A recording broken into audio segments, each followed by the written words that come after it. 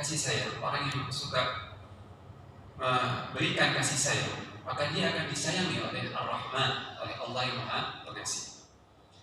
Dan di antara nama Allah adalah Ar-Rahman, Ar-Rahman Ar-Rahim, yang Maha Pengasih lagi Maha Penyayang. Dan bahkan ini dua nama yang paling sering kita sebut. Nama Allah banyak, nama-nama Allah yang Maha Indah atau Al-Asma'ul Husna itu banyak. Tidak hanya terbatas 99 saja. Mungkin yang kita tahu nama-nama Allah 99, tapi sebenarnya lebih banyak dari itu, jauh lebih banyak dari itu. Di antara dua nama Allah yang paling sering kita ucapkan, kita sebut, kita ingat-ingat apa? Ar-Rahman Ar-Rahim, yang Maha Pengasih lagi Maha Penyayang. Setiap kali kita hendak membaca Al-Quran, kita ucapkan Bismillahirrahmanirrahim. Setiap kali kita hendak melakukan aktivitas, kita dianjurkan dengan memulai dengan Bismillah, Bismillahirrahmanirrahim. Ini dengan menyebut nama Allah yang Maha luas kasih sayangnya, yang Maha Pengasih lagi Maha Penyayang. Nah, karena Allah itu zat yang Maha luas kasih sayangnya, Maha Pengasih lagi Maha Penyayang, maka Allah mencintai hamba-hambanya yang memiliki sifat ini. Hamba-hambanya yang memiliki dalam hatinya sifat rahmat, kasih sayang, Allah menyayangi. Ya.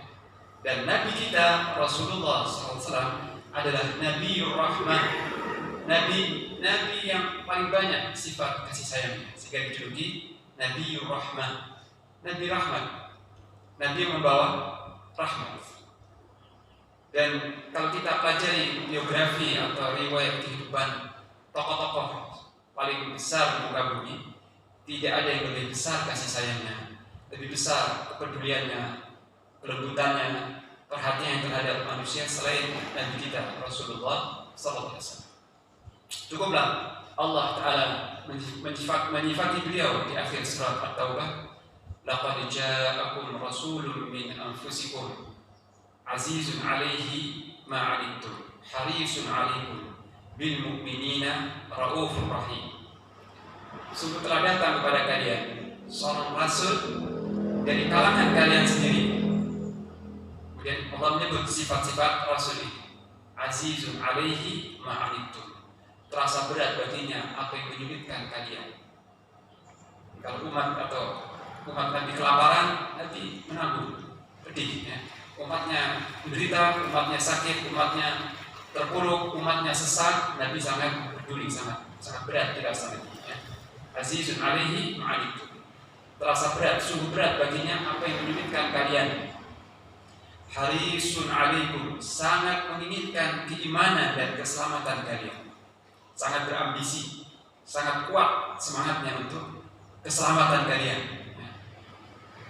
Ya, bil mu'minina raufur rahim, terhadap orang-orang mukmin dia sangat belas kasih bagi penyayang.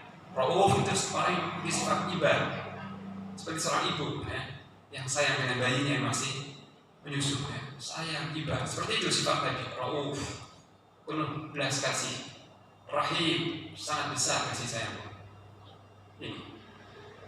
Nah, jadi Islam menganjurkan kita semua untuk memiliki sifat kasih sayang dan berbuat baik kepada manusia semampu mungkin.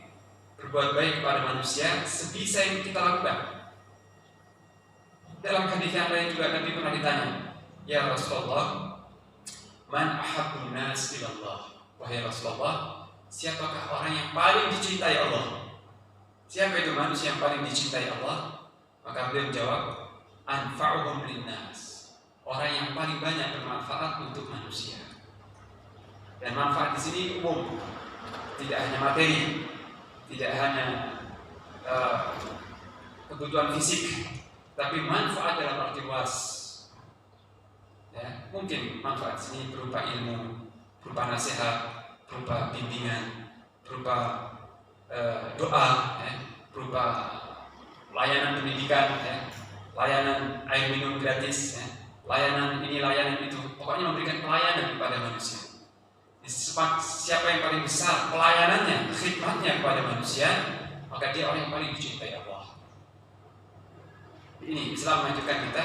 Islam satu sisi agama peribadatan kepada Allah, satu sisi Islam itu agama yang intinya adalah menghambakan diri beribadah kepada Allah semata. Sisi yang paling kuat, dan sisi yang berikut adalah bermuamalah dengan baik dengan manusia, berbuat baik terhadap sesama manusia. Dan siapa yang paling banyak kebaikannya kepada manusia, yang paling dicintai Allah. Ya. Nah, jika Islam agama kasih sayang, memerintahkan umatnya untuk menebar kebaikan, menebar manfaat, menebar kasih sayang kepada manusia seluas-luasnya, maka siapakah yang paling berhak mendapatkan kasih sayang kita? Siapa yang paling berhak mendapatkan layanan, kelembutan, kebaikan kita? Maka di sini Allah SWT dan Rasulnya menegaskan bahwa orang yang paling banyak, orang yang paling berhak kita perlakukan sebaik mungkin adalah kedua orang tua kita. Ini hak manusia yang paling besar adalah kedua orang tua kita. Ini hak yang paling besar setelah hak Allah Subhanahu wa Ta'ala. Oleh karena itu kita dapati di dalam Al-Quran Karim, Allah Subhanahu wa Ta'ala berwasiat kepada kita, pada hamba-hambanya, dengan wasiat berbuat baik kepada orang tua. Yang wasiat ini disebutkan beriringan setelah beribadah kepada Allah SWT, setelah bertauhid, mengesahkan Allah, menyembah Allah SWT. Ya Allah, untuk menekankan kewajiban ini, kewajiban berbakti, memuliakan orang tua, Allah menyebutkannya sesudah kewajiban menyembah atau beribadah kepada Allah. Dan kewajiban yang paling kuat itu adalah beribadah kepada Allah, menyembah Allah satu-satunya. Ini kewajiban nomor satu, kewajiban yang paling kuat, menyembah Allah dan tidak menyekutukannya. Ini kunci surga, ya. La ilaha illallah itu kunci surga. Ini. Nah, setelah kewajiban ini, kewajiban menyembah Allah SWT, Allah menyebutkan setelah itu kewajiban berbakti kepada kedua orang tua. Hal ini sebagaimana firman Allah di dalam banyak ayat-ayatnya. Saya tidak sebutkan semua, tapi mungkin saya pilih 3 ayat saja dari kitab suci Al-Quran. Yang pertama adalah surah Al-Isra ayat yang ke-23 sampai ke-25. Allah Ta'ala berfirman, وَقَضَى رَبُّكَ أَلَّا تَعْبُدُوا إِلَّا إِيَّاهُ وَبِالْوَالِدَيْنِ إِحْسَانًا إِمَّا يَبْلُغَنَّ عِندَكَ الْكِبَرَ أَحَدُهُمَا أَوْ كِلَاهُمَا فَلَا تَقُل لَّهُمَا أُفٍّ وَلَا تَنْهَرْهُمَا وَقُل لَّهُمَا قَوْلًا كَرِيمًا. Dan Rabbmu telah memerintahkan, Rabbmu telah berpesan, telah memerintahkan, alla ta'budu illa iyyah. Janganlah kalian beribadah kecuali kepadanya semata. Jangan beribadah, jangan menyembah kecuali kepada Allah semata. Jadi tauhid. Setelah itu apa? Wa bil walidaini ihsana. Dan kepada kedua orang tua hendaknya kalian berbuat baik. Lihat, kewajiban berbuat baik kepada kedua orang tua ini disebutkan setelah menyembah Allah semata atau bertauhid. Selanjutnya Allah berfirman, apabila salah seorang di antara kedua orang tua atau keduanya telah mencapai usia tua, sudah sepuh, sedangkan keduanya berada di sisimu, maka jangan sekali-kali kau katakan kepadanya uff. Uff ini perkataan yang menunjukkan kegusaran atau ketidaksetujuan. Uff, bahasa kita mungkin cis atau atau kalimat lain, 1 huruf atau 2 huruf, 2 huruf, sepatah kata saja yang kurang berkenan di hati orang tua, jangan kau ucapkan, kata Allah Ta'ala. Tapi sebaliknya, wa qul lahuma qawlan karima. Ucapkanlah kepada keduanya perkataan yang mulia, perkataan yang baik. Ya Allah mengajarkan adab bertutur kata. Jadi kita diperintahkan untuk berbuat baik kepada orang tua dengan perkataan dan perbuatan, dengan kata-kata dan perilaku dengan perbuatan. Nah, kita diharapkan untuk menyakiti orang tua meskipun dengan sedikit kata-kata yang menyinggung kenyamanan hatinya, yang membuat risau hatinya atau membuat gelisah, mengusik kenyamanannya. Ini semua dilarang, diharapkan. Nah, oleh karena itu, di sini ditekankan jika kedua orang tua sudah menginjak usia tua, maka jangan kau ucapkan kata-kata seperti itu. Apakah dipahami kalau orang tua itu masih muda, kita boleh berkata sembarangan, kita boleh mengucapkan kata-kata yang menyakitkan? Tidak. Di dalam ayat ini ditekankan jika kedua orang tuamu sudah sepuh, sudah tua. Karena ketika orang tua sudah tua, sudah semakin tua, semakin sepuh, ini semakin peka perasaan dan semakin butuh pelayanan, semakin berhajat kepada bantuan dan pelayanan anak-anaknya. Kalau masih muda, kalau orang tua masih muda, mungkin nggak butuh sama anak-anaknya, masih gagah, masih kuat, nggak butuh pada anak-anaknya. Justru orang tua yang menafkahi anak-anaknya. Orang tua nggak butuh khidmat atau pelayanan orang tua anak-anak karena masih kuat. Itu pun ketika orang tua masih muda, masih segar, kita wajib berbakti kepadanya, ya, tetap wajib hukumnya. Nah, apabila orang tua sudah sepuh, sudah renta, maka kewajiban ini lebih ditekankan, ya, lebih kuat lagi kewajibannya. Oleh karena itu dalam hadis yang lain Rasulullah SAW bersabda, sungguh merugi, raghima anfurajul, sungguh merugi, sungguh celaka, sungguh sengsara seseorang. Nabi mengulangi 3 kali. Salah seorang sahabat bertanya, siapa itu wahai Rasulullah? Dia menjawab, man adraka abawaihi indal kibar aw ahadahuma falam yadkhul al-jannah. Barang siapa yang mendapati kedua orang tuanya sudah tua atau salah satunya, lalu anak ini tidak masuk surga, maka sungguh merugi, sungguh celaka. Nah, hadis ini mengisyaratkan dan menegaskan bahwa dengan berbuat baik kepada kedua orang tua atau salah satunya kalau yang masih hidup salah satu, ini merupakan jalan lempang menuju surga. Jadi jalan mudah untuk meraih surga setelah bertauhid menyembah Allah SWT adalah berbuat baik kepada kedua orang tua. Nah, kalau Allah sudah menyiapkan jalan menuju surga ini kepada seseorang, ya, Allah menakdirkan seseorang itu orang tuanya masih hidup, kedua-duanya atau salah satu sudah sepuh. Lalu anak ini tidak juga masuk surga, maka sungguh kebangetan, begitu ya bahasa kita, ya. Sungguh celaka dan keterlaluan. Kenapa? Karena dengan keberadaan kedua orang tua setelah usia tua, ini jalan yang mudah bagi seorang anak untuk masuk surga. Dengan cara berbuat baik pada orang tua sudah cukup, ini akan mengantarkan ke surga. Tapi kalau seperti itu Allah memudahkan jalan ke surga, tetap si anak ini tidak juga masuk surga, maka sungguh kebangetan, sungguh merugi. Sabda Rasulullah SAW. Kemudian ayat yang berikutnya, pesan-pesan Allah, ya, ayat-ayat Allah yang menegaskan tentang kewajiban berbakti kepada orang tua, ya. Allah berfirman dalam surah Al-Baqarah, ayat ini ditujukan kepada Bani Israel dan ini menunjukkan bahwa berbakti kepada orang tua ini syariat Allah untuk semua umat, bukan hanya umat ini, umat Nabi kita Sallallahu Alaihi Wasallam, tapi untuk seluruh umat, ya. Allah berfirman dalam surah Al-Baqarah ayat yang ke-83, wa in akhadna mitsaqa bani Israila la ta'buduna illa Allah wa bil walidayni ihsana wa bidhil qurba wal yatama wal masakin wa qulu lin nasi husna wa aqimus salata wa atuz zakat. Dan ingatlah ketika kami mengambil perjanjian yang kuat, al-mitsaq, perjanjian yang teguh, yang kuat. Ingatlah ketika Allah mengambil perjanjian yang kuat dari Bani Israel. Apa isi perjanjiannya? La ta'buduna illallah, kalian jangan menyembah kecuali Allah. Setelah itu wabil walidaini ihsana, dan kepada kedua orang tua kalian wajib berbuat baik.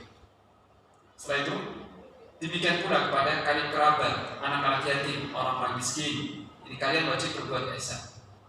Kalian wajib berbuat sebaik mungkin, berbuat ihsan kepada kedua orang tua, kalian kerabat, anak-anak yatim dan orang-orang miskin. Jadi kita wajib berbuat baik, menyayangi, mengasihi orang-orang seperti ini, ya. Tapi yang pertama disebutkan dalam Quran al-walidain, kedua orang tua. Wa qulu lin-nasi husna, dan berkata baiklah kepada manusia. Wajib berkata baik kepada semua manusia.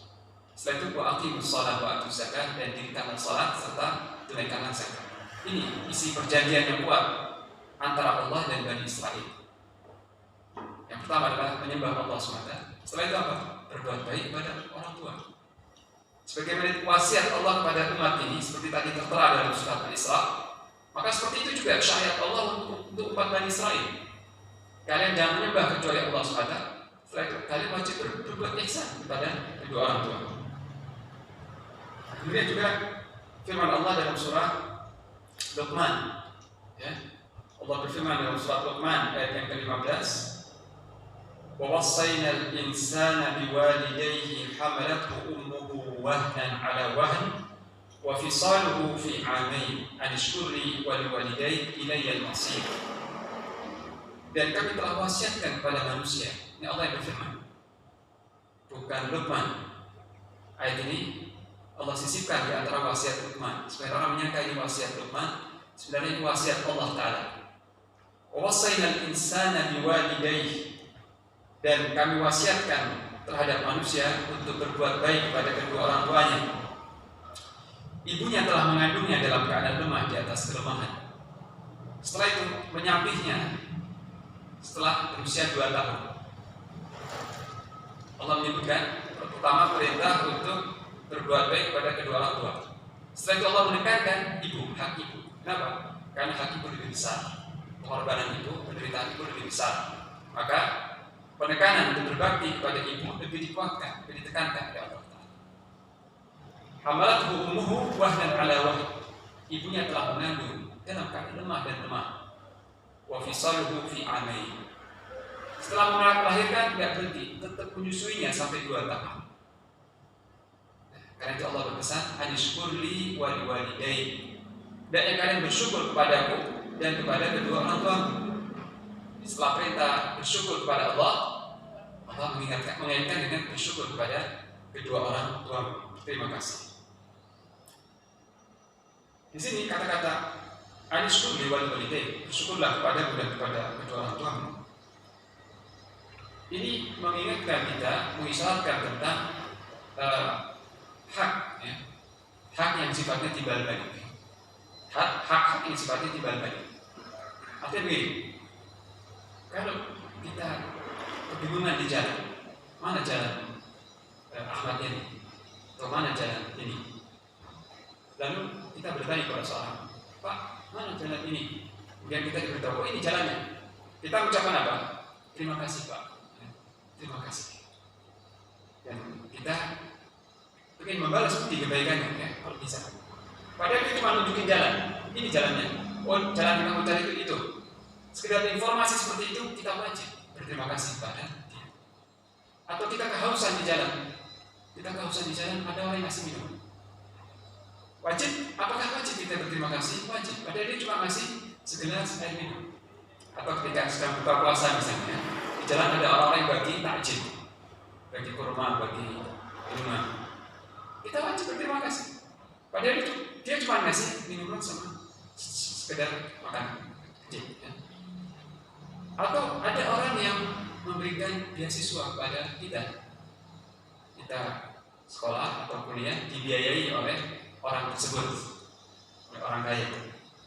Orang itu berjasa kepada kita karena telah membiayai pendidikan kita. Semakin besar kebaikan seseorang, semakin wajib kita berterima kasih dan membalas kebaikan. Nah, adakah manusia yang lebih besar, lebih banyak, lebih melimpah kebaikan daripada orang tua? Siapa yang paling banyak kebaikan kepada kita? Manusia yang saya maksud. Manusia yang paling banyak berbuat baik kepada kita, melebihi kebaikan kedua orang tua kita. Ada? Adakah orang yang lebih banyak kebaikannya kepada kita selain kedua orang tua? Kedua orang tua yang telah berkorban air batin untuk keselamatan, kehidupan dan kebahagiaan anaknya. Ibu berkorban dengan menyusui, mendidik, memperhatikan, mengasuh sejak kecil, merawat sampai dewasa. Ayah juga telah bekerja, mencari yang halal, mencari nafkah yang halal, mencucurkan keringat untuk menafkahi anak-anaknya. Mulai kecil sampai dewasa, menyekolahkan, mencukupi semua kebutuhannya, kebutuhan makan, kebutuhan pakaian, pendidikan, bahkan doa-doa orang tua tak henti-henti kepada anaknya. Ya. Jadi orang tua sering begadang untuk kenyamanan anaknya, sering menderita capek, letih, susah untuk rehat sang anak. Sampai dewasa orang tua tetap berbuat baik kepada anak-anaknya. Gak bisa dihitung ya. Kalau kita hendak kalkulasi, kita hendak hitung kebaikan orang tua, mungkin kita nggak bisa menghitung. Nah, karena kebaikan orang tua sangat banyak diberikan kepada kita, maka hak kita kepada orang tua adalah berterima kasih, bersyukur. Ya. Jadi sangat sesuai dengan akhlak. Kalau ada orang hanya ngasih minuman saja, kita berterima kasih. Orang ngasih pakaian, ngasih, kita berterima kasih, mengenang jasa kebaikan dan ingin membalas budi. Lalu bagaimana kedua orang tua yang kebaikannya tak terhitung, tak terhitung? Maka jelas di sini kewajiban berterima kasih kepada kedua orang tua, khususnya kepada ibu, kepada ibu lebih ditekankan. Ini firman Allah dalam surah Luqman. Kemudian firman Allah yang berikutnya surat Al-Ahqaf atau surat Al-Ankabut. Saya pilih surat Al-Ankabut ayat yang ke-6. Allah Ta'ala berfirman, wa wassaynal insana biwalidayhi husna wa in jahadaka litusyrika bima laysa laka bihi ilm fala tuti'huma ilayya marji'ukum fa unabbi'ukum bima kuntum ta'malun. Ayat yang semacam ini juga ada dalam surat Luqman. Di surat Luqman ada dan di surat Al-Ankabut ada. Allah berfirman, kami wasiatkan kepada manusia untuk berbuat baik kepada kedua orang tuanya. Dan jika kedua orang tuamu memaksamu, mendesakmu untuk berbuat syirik, untuk menyekutukan aku dengan sesuatu selain aku, maka jangan kau taati. Tapi tetap di surat Luqman Allah berfirman, wasahibhuma fid dunya ma'rufa. Perlakukanlah, berbuat baiklah kepada kedua orang tuamu di dunia. Bergaulilah dengan baik. Jadi hak kedua orang tua untuk kita berbakti kepadanya tidaklah gugur meskipun kedua orang tua itu kafir. Jadi kalau kedua orang tua itu kafir, kita nggak boleh mengikuti ajarannya yang kafir. Kedua orang tua mendesak anaknya untuk menyembah selain Allah, kita nggak boleh patuhi. Tapi meskipun begitu, kewajiban berbakti, berbuat lembut, berbuat santun kepada kedua orang tua tidak gugur, tetap wajib. Tetap wajib. Ya. Suatu hari, salah seorang istri Nabi SAW, yaitu Ummu Habibah, seingat saya, Ummu Habibah radhiyallahu anha, istri Nabi, berkata, wahai Rasulullah, ibuku datang dari Mekah ke Madinah. Ibunya musyrik, dengan putrinya muslimah, istri Nabi. Dia berkata, wahai Rasulullah, ini ibuku datang dari Mekah ke sini untuk menengokku, menjengukku. Apakah aku boleh berbuat baik padanya, menyambung hubungan baik dengannya? Maka Nabi mengatakan, iya, berbuat baiklah pada status ibunya ketika itu masih musyrikah, masih kafir. Ini beberapa ayat pesan-pesan Allah Ta'ala yang tertuang di dalam kitab suci Al-Quran yang isinya adalah perintah penegasan Allah kepada setiap manusia untuk berbakti kepada kedua orang tuanya. Dan ini jalan menuju surga, serta jalan menuju ridha Allah Ta'ala.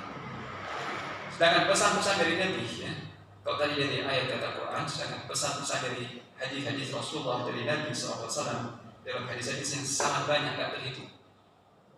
Di dalam Al-Quran ada sekitar 10 ayat yang berbicara tentang masalah birrul walidain, memuliakan orang tua. Maka di dalam hadis-hadis Nabi tidak terhitung banyaknya hadis-hadis yang menyebutkan, menganjurkan, memerintahkan untuk berbuat ihsan, berbuat baik kepada kedua orang tua. Di antaranya adalah hadis yang diriwayatkan oleh Abdullah bin Mas'ud radhiyallahu anhu. Abdullah bin Mas'ud bertanya kepada Nabi SAW, wahai Rasulullah, amal apa yang paling dicintai Allah? Ayyul amal ahabbu ila Allah? Ayyul amal afdal? Amal apa yang paling afdal? Dalam riwayat lain, ayyul amal ahabbu ila Allah? Amal apa yang paling dicintai Allah? Amal apa yang paling dicintai Allah? Nabi menjawab, as-salatu ala waqtiha. Salat tepat pada waktunya. Jadi kalau kita ingin dicintai Allah, jaga salat lima waktu, tepat pada waktunya, tunaikan secara berjamaah. Ini sarana untuk meraih ridha dan mahabbah, kecintaan Allah. Di amal yang paling dicintai Allah, menjaga salat pada waktunya. Setelah itu Abdullah bin Mas'ud bertanya, kemudian apa wahai Rasulullah? Beliau menjawab, birrul walidain, berbakti kepada kedua orang tua. Setelah sholat, amal berikut yang paling dicintai Allah, berbakti kepada kedua orang tua. Dan pesan ini senada dengan pesan Al-Quran, wa qadara rabbuka alla ta'budu illa iyyahu wa bil walidayni ihsana. Allah memerintahkan supaya kalian tidak menyembah kecuali kepada Allah semata dan kepada kedua orang tua kalian harus berbuat baik. Setelah menyembah Allah, berbakti pada orang tua. Dalam hadis juga, setelah menunaikan salat, ini hak Allah, berikutnya apa? Berbakti kepada kedua orang tua. Abdullah bertanya, setelah itu apa wahai Rasulullah? Beliau bersabda, wal jihad fisabilillah, berjihad di jalan Allah. Lihat bagaimana Rasulullah sallallahu alaihi wasallam meletakkan skala prioritas amal yang paling dicintai Allah. Yang pertama adalah salat, menjaga salat benar-benar, ini amal yang paling dicintai Allah. Yang kedua, berbakti, berbuat baik kepada kedua orang tua. Yang ketiga, berjihad di jalan Allah. Nah, kemudian juga Rasulullah sallallahu alaihi wasallam dalam sebuah hadis yang beliau pernah bersabda, khairut tabi'in rajulun yuqalu lahu Uwais. Sebaik-baik tabi'in artinya generasi yang datang setelah para sahabat. Jadi generasi yang bertemu dengan Nabi sallallahu alaihi wasallam dan beriman kepada beliau, generasi sahabat, dan ini sebaik-baik generasi. Para sahabat Nabi ini sebaik-baik generasi karena mereka melihat Nabi dan berguru langsung kepada Nabi sallallahu alaihi wasallam. Generasi yang datang setelah sahabat kita kenal dengan tabi'in. Mereka atau generasi yang pernah bertemu dengan para sahabat Nabi sallallahu alaihi wasallam, para tabi'in. Nah, Nabi pernah bersabda sallallahu alaihi wasallam dalam sebuah hadis, khairut tabi'in rajulun yuqalu lahu Uwais. Sebaik-baik tabi'in adalah seorang laki-laki yang bernama Uwais Al-Qarni. Uwais Al-Qarni. Ini apa rahasianya?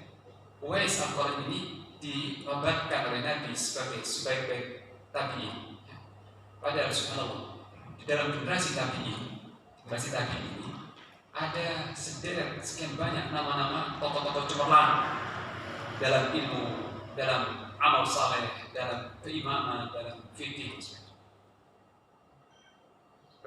Sebagaimana Hasan Al-Basri, masuk dalam generasi tabi'in. Hasan Al-Basri, seorang imam yang alim, yang zuhud, tokoh besar, Imam Hasan Al-Basri, yang namanya sampai hari kiamat harum.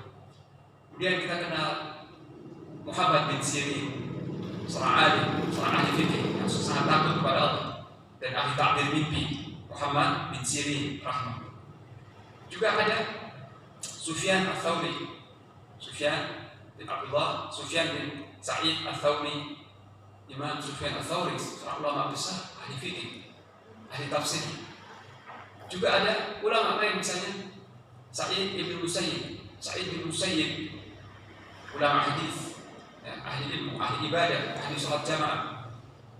Tentang Sufyan Ats-Tsauri, Sa'id bin Musayyib, ya, saya sebut satu kelebihannya, ya. Sa'id bin Musayyib, ya, selama 40 tahun tidak pernah terdengar adzan, tidak pernah seorang muadzin mengumandangkan adzan, melainkan Sa'id bin Musayyib sudah di masjid, sudah mendahului muadzin, ya. Jadi mengumandangkan adzan, beliau sudah di masjid, sudah salat tahiyatul masjid, sudah berzikir, ya, selama 40 tahun. 40 tahun. Pada dalam hadis yang saya disebutkan, barang siapa yang mendapati takbiratul ihram bersama imam selama 40 hari, artinya dia menjaga salat berjamaah selama 40 hari, tidak ketinggalan takbiratul ihram, maka dicatat, Allah catat baginya 2 kebebasan. Bara'atun minan nar, bara'atun minan nifaq, wa bara'atun minan nar. Dia terbebas dari kemunafikan dan terbebas dari api neraka. Adakah suatu kemenangan yang besar, suatu karunia yang besar, ya, prestasi yang besar, yang lebih besar dari selamat dari neraka? Tidak ada, ya. Diselamat dari neraka itu artinya masuk surga. Dan orang yang masuk surga belum tentu selamat dari neraka, ya. Tapi kalau bebas dari neraka, selamat dari neraka, itu artinya masuk surga tanpa merasakan panasnya api neraka. Jadi bebas dari api neraka, bebas dari sifat munafik. Artinya Allah katakan bersih dari sifat munafik. Kalau seorang menjaga salat berjamaah 40 hari, bukan 40 waktu, 40 hari, menjaga salat berjamaah, tidak ketinggalan salat berjamaah 40 hari, tidak ketinggalan takbiratul ihram, tidak masuk.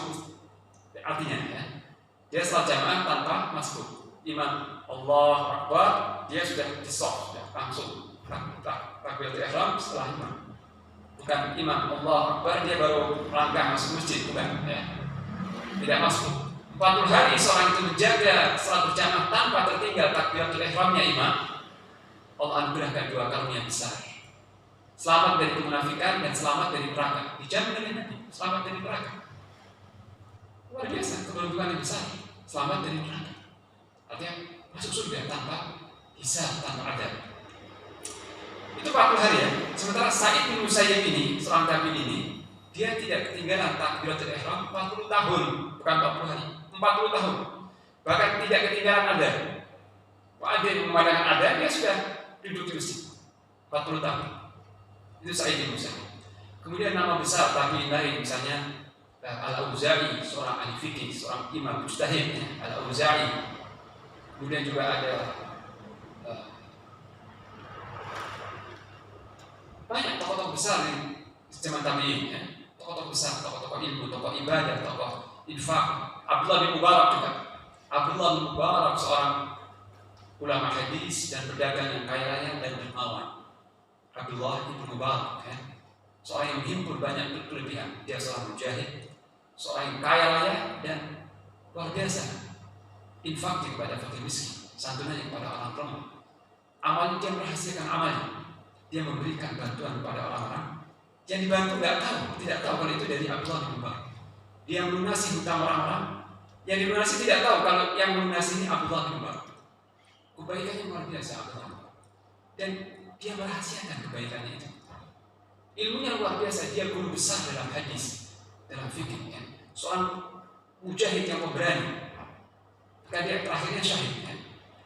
Dia setahun haji, setahun berjihad. Setahun berhaji, setahun berjihad. Kalau dia berhaji nggak sendirian. Dia kalau berhaji bawa rombongan. Kalau berhaji dia bawa rombongan. Dengan syaratnya nanti syarat. Sejak pergi dari rumah sampai pulang dari tanah suci, kalian nggak boleh keluar uang 1 dirham. Berangkat dari rumah sampai balik ke rumah, kalian nggak boleh mengeluarkan 1 dirham. Saya tanggung semuanya. Ya. Perjalanan pergi, perjalanan menginap di tanah suci, pulang, semua ditanggung oleh Abdullah bin Mubarak. Itu 2 tahun sekali dia menanggung rombongan haji. Kebaikannya luar biasa.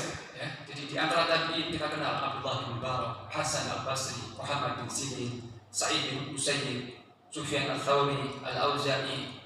Luar biasa banyak. Nah siapa yang paling banyak, yang paling bagus di antara tadi, yang paling afdal, paling utama di antara tadi itu semua siapa? Hasan al-Basri. Abdullah bin Mubarak bukan, tapi Uwais al-Qarni, Nabi yang memilih atas wahyu, atas dasar wahyu. Sebaik-baik tabi'in adalah Uwais al-Qarni. Apa rahasia? Uwais al-Qarni bukan seorang ulama, bukan seorang alim sebagaimana Hasan al-Basri, Sa'id bin Musayyib, bukan seorang periwayat hadis, ya. Bukan seorang kaya raya, bahkan dia seorang zuhud, seorang yang miskin. Uwais al-Qarni seorang yang miskin, seorang yang zuhud. Jadi bukan seorang yang terkenal, seorang yang terpandang. Tapi rahasianya apa? Dia sangat berbakti kepada ibunya yang lumpuh. Dia punya seorang ibu lumpuh, maka dia mencukupi semua keperluan ibunya. Makanannya, minumannya, dicucikan pakaiannya, ya. Dilayani semua kebutuhan. Kalau dia seorang miskin, pengembala kambing. Nah karena kebaikannya kepada ibunya ini, beliau sampai kepada derajat yang tidak dicapai oleh Hasan al-Basri.